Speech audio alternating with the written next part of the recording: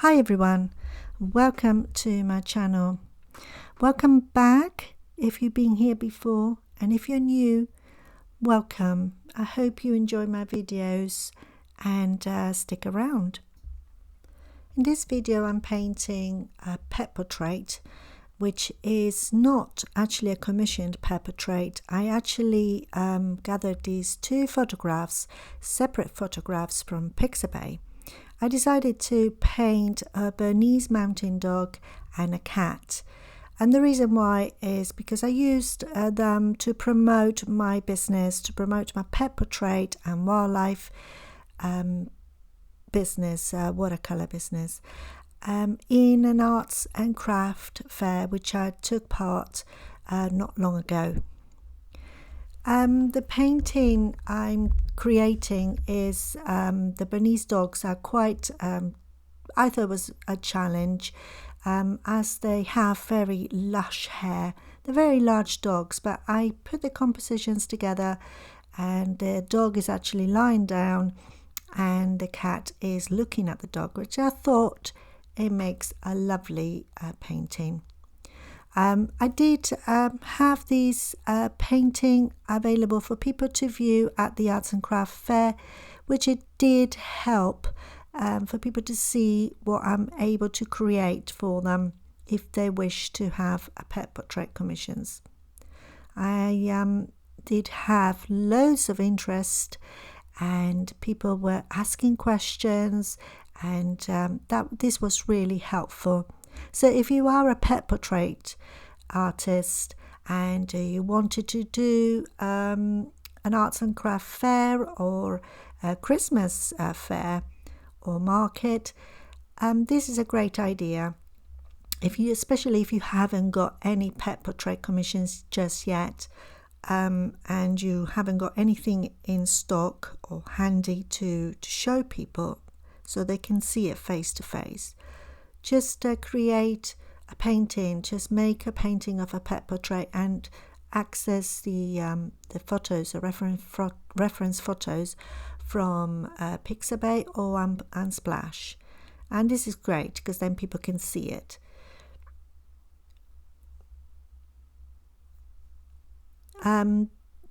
Also, another tip that I find very handy to do is when you do go to arts and craft fairs or markets, is paint on site. And I think this is a great tip to share with you if you are an artist, because it helps so much. I found that by painting, I did paint some gannets, two gannets, in one painting, and they are beautiful birds to paint, mind you, so I will be sharing that at some point. But when I did do this on site, I found that behind me there was so many people gathering and looking, and they come in and it gives them a good sort of idea of what I do and how I paint in the process. Also, they came over and asked questions, and you can interact with people much easier, and also you feel relaxed, and because you are doing something you love, it's a good way of spending the time when there's nobody coming in your tent, which it does happen, unfortunately. But even though it's great for people to see somebody painting, because they just love it. So this is a great tip to share for you, and I thought I'll share this for you. So consider it if you are painting. It's not that difficult. You just take your little easel. You don't need anything big, and some materials that you know you're going to use. So be well prepared before you go. Have it all ready, set up, and just sit there and enjoy it. And you'd be surprised how many people come in your stall or in your tent and gazebo and come and say hello to you and watch you paint. And they, funny enough, they come over and pick up a business card, which is fantastic, and they take it with them. So I had loads of interest on pet portraits. A lot of people asked me questions, and it was a very successful day. So this painting, I actually, when I finished it, I mounted it on a mounting board and a backing board, and I had it there on display so people can see it in the way I give out pet portraits. So in this video you'll find me painting these two pets, and there's also clips of a walk that I did recently. So my husband and I were trying to do healthy walks in the countryside, and the countryside in UK is amazing, and I live in England, and there's so many beautiful villages and rivers and fields and loads of walks, and our dog really appreciates it. She comes along and she really enjoys it, and sometimes we tag along also our youngest son, which is fantastic, and he does love walks too. So there is a little bit of that in the video, and I was really excited because on that walk we saw some egrets on the riverbed, and they are so beautiful and fascinating to see. And funny enough, I'm planning to paint a pair of egrets in a beautiful big composition, which I can't wait to start, and it's going to be a big painting which I will film and show it on my channel. At the moment I'm painting pet portraits as I got some orders coming in, which is great. I cannot show you at the moment, but I will do. I have recorded parts of it, how to paint the eye of this beautiful Jack Russell, and in watercolors, and the process of painting the eye to show the eye, glossy eye, and all the reflections on the eye, and I think I captivated it really well, and hopefully the customer will be very happy with it, which she will receive it pretty soon. And she also commissioned me another dog that she wished to have for me to paint, and that was a Cocker Spaniel, which I haven't started yet, and I will do, so I probably will film a little bit of that too. So watch out for this new video that will come out soon of the Jack Russell's eye, and also there will be a walk that we'll be doing on that, which I have done just recently. Beautiful walk. So that's all for now. So this is what's going to come up soon. So in this painting, I found it quite difficult to create the hair layers, to separate these lush hair that these Bernese have, and on the photograph it shows you different color tones. There was a lot of mauvey and pinks and blues in the hair, so I try to captivate that as I progress on the painting. At the moment the hair doesn't look quite right, as you can see, and I painted pretty much wet on dry. At the beginning I always start my paintings when wet on wet, but gradually I go along just applying wet on dry.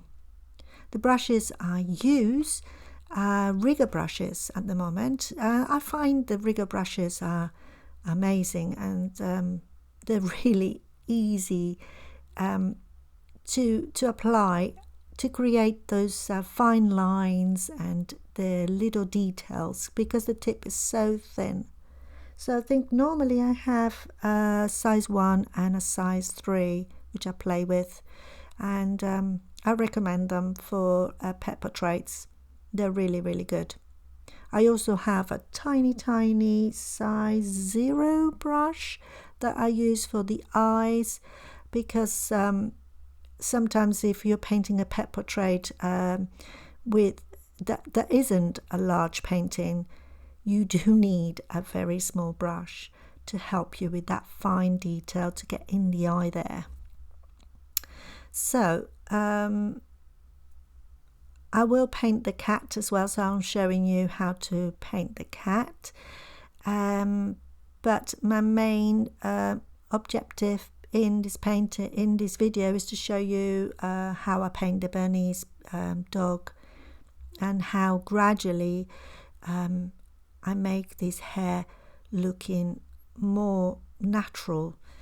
I also used watercolor pencils towards the end, just to lift those little wispy hairs and the light of the thin hairs to stand out and define them a little bit better, so it doesn't look so clumpy. And that's all for now. So I hope you enjoyed this video. I will come back to you towards the end, but in the meantime I will put a little bit of music for you to enjoy and enjoy the video. So see you in a minute.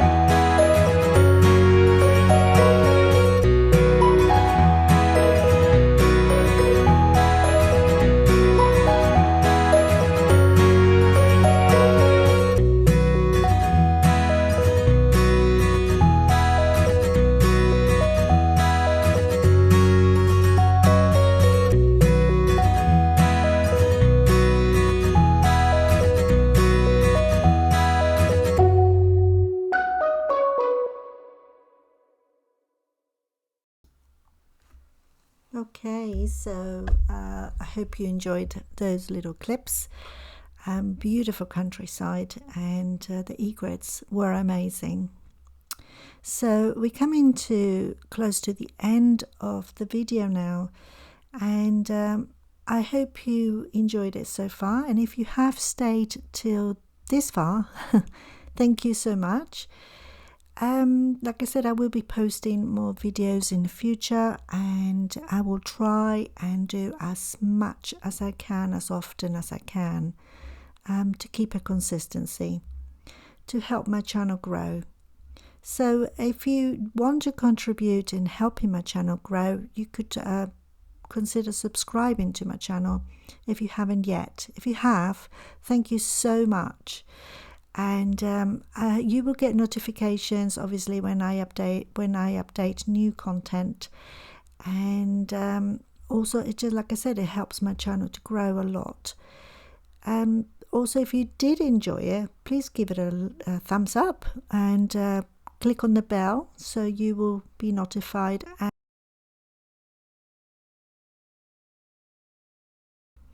So as you can see, the dog has come along really well, and now I'm creating the shadows, and there's a little bit of shadow underneath the nose, and or the mouth, as you call it.